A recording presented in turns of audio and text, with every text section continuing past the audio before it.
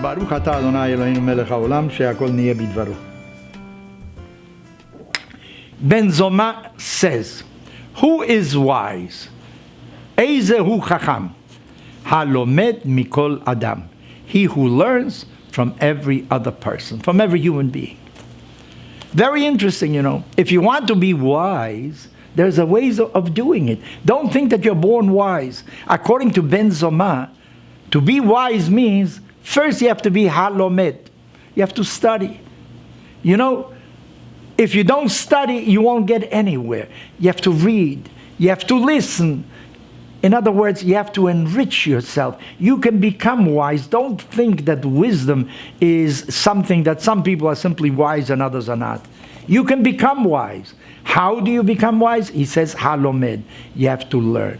And then he says another thing, mikol, from everyone, everything, every experience you can learn something. You know, from somebody who's not so intelligent, maybe you can learn something. You can learn something from a child. You can learn something from an old man. You can learn something from a stone. You can learn something from an airplane. Everything you can learn from. Very important. One of the Hasidic rabbis once said, what is the important thing of telephone? You know, this new invention. He said the following: when you say something here, it is heard over there. In other words, you're speaking to somebody. You think nobody's hearing, but everybody else is hearing also. So you have to be very careful what you're saying. You know, so he learned that from a telephone. From everything you can learn. This is very important. So he says, halomed, you have to learn. Mikol, from everything. And then he finishes with Adam, man. But from the most you can learn really is from other people. Look at how they smile. Look at how they cry. Look at how they listen. Look at how they dress. Study what they do. When you learn from somebody else, you'll be able to see how much wisdom there is in another person. I know people that the only things they like to read are biographies of great men.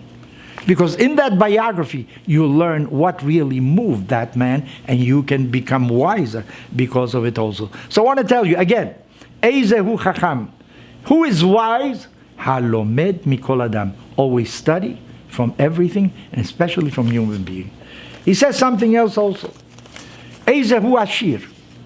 Who is rich?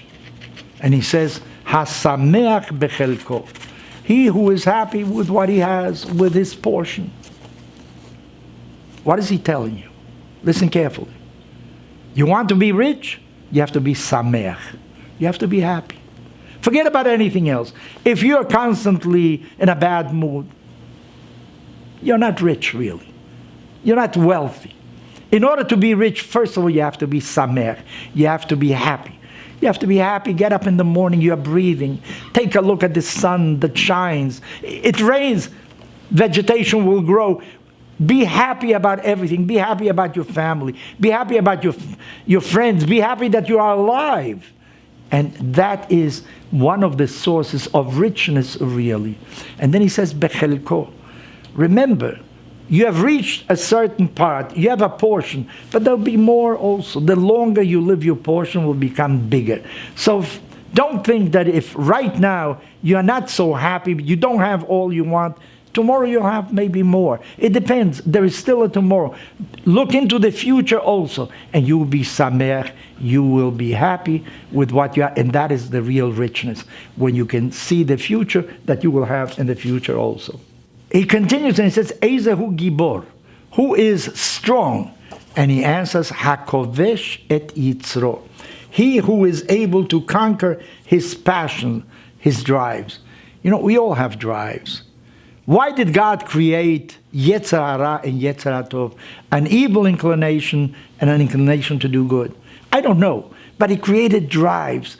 Maybe the drive to do bad things is even stronger than the drive to do good things. But it's a drive. You can be the driver of those drives. Don't let the drives drive you. To the contrary, you drive the drives. You can conduct them into the right thing. If you want to be strong, you have to control your drives. In other words, strong is not a condition that I have right now and that's it. No. It is an evolving.